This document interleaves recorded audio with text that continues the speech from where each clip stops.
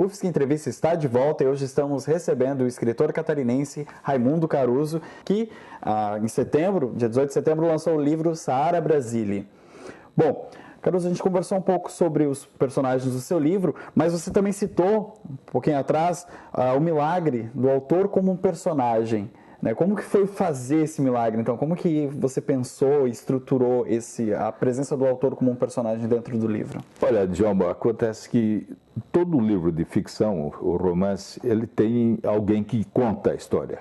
Ou são os personagens, o João, Pedro, Maria, ou é um personagem anônimo que seria o narrador, tá?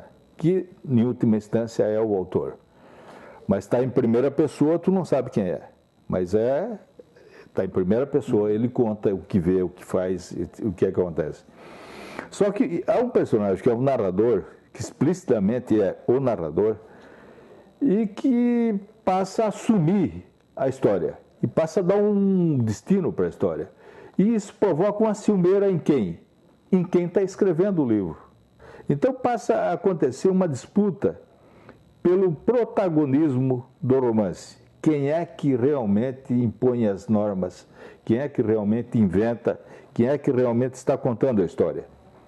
Então o autor ele chega ao ponto de interromper o romance e dizer o seguinte: olha, quem tem, na verdade, o poder de escrever ou de deixar de escrever sou eu, o autor. E é o autor que assina essas palavras. Agora o narrador diz que se não é ele que pensa, que se não é ele que faz, o autor não teria sobre o que escrever. Porque há umas cenas gozadas, porque aquela infinidade de apartamentos vazios em Brasília e muitos prédios recobertos de areia e sem ninguém, vazio,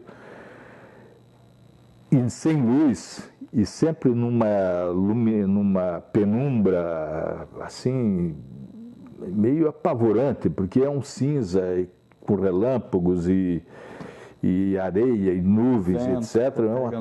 É uma coisa pesada, assim. Há momentos em que alguém escuta, por exemplo, o Liszt, escuta piano em um determinado apartamento, mas acontece que não tem luz na cidade. E a pessoa vai lá e realmente encontra um aparelho que por alguma razão está funcionando e tudo em volta não funciona, não acende a luz, não tem geladeira funcionando, televisão desligada e só há uma coisa funcionando e há um som. E o autor se pergunta, pô, mas quem é que é capaz de contrariar a natureza e impor a sua vontade e impor o funcionamento de um bem que só funciona pela vontade do autor de escrever aquilo no texto? Quer dizer, quem decide o que está no livro é o autor. E o narrador discorda, ele acha que ele, como personagem, é o cara que faz as coisas existirem. E se o autor escreve é porque as coisas existem. E se existe é porque o narrador, vivendo o personagem narrador e andando pela cidade, ele fornece matéria-prima para que o autor escreva. É um jogo entre as peças que fazem o livro, né, acontecer. E ainda tem o ciclista que ele questiona tudo isso também. O ciclista... uma discussão entre todos os personagens. Tem a tradutora também. A tradutora em algum momento também entra querendo tomar posse. Sim, ela a tradutora, tem gente que há uma subversão total dentro do livro. Quer dizer, a subversão não é só junho passado. Dentro do livro, os personagens querem dar uma rasteira no autor. A tradutora, ela trabalha, por exemplo, 3 livros, que é o Utopia, do Thomas More, o Elogio da Loucura, de Erasmo de Roterdã, que é uma edição que eu consegui em latim, que é muito interessante, explicar o título, Elogio da Loucura, que para a tradutora é um título errado, é uma camuflagem para livrar o Erasmo de Roterdã da Inquisição.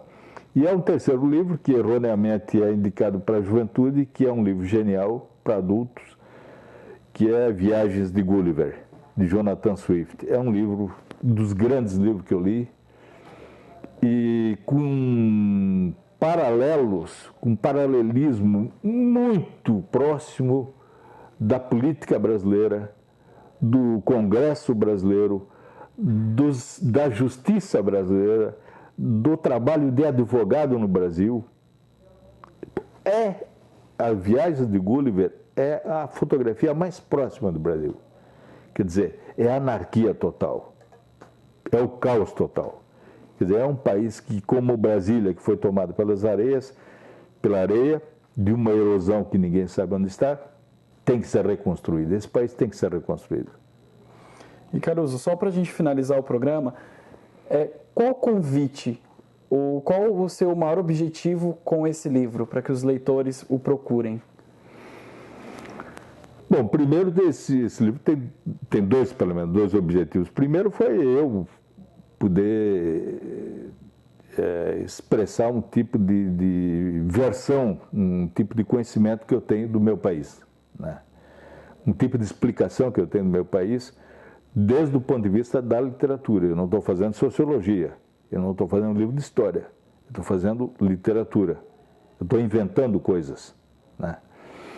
Agora, eu poderia ter escrito sobre o Japão, sobre esquimó, navegações ao Polo Norte. Eu gosto muito desse tipo de assunto.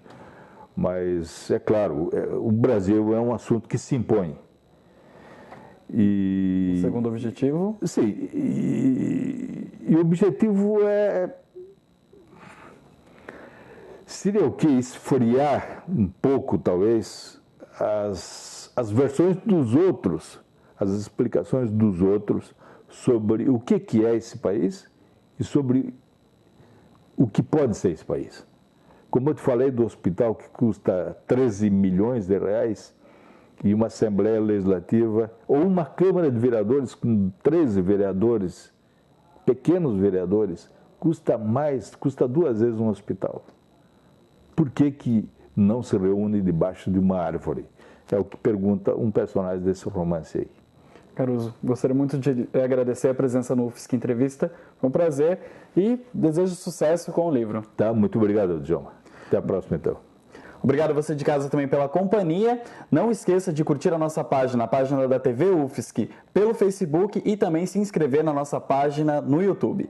Muito obrigado e até a próxima.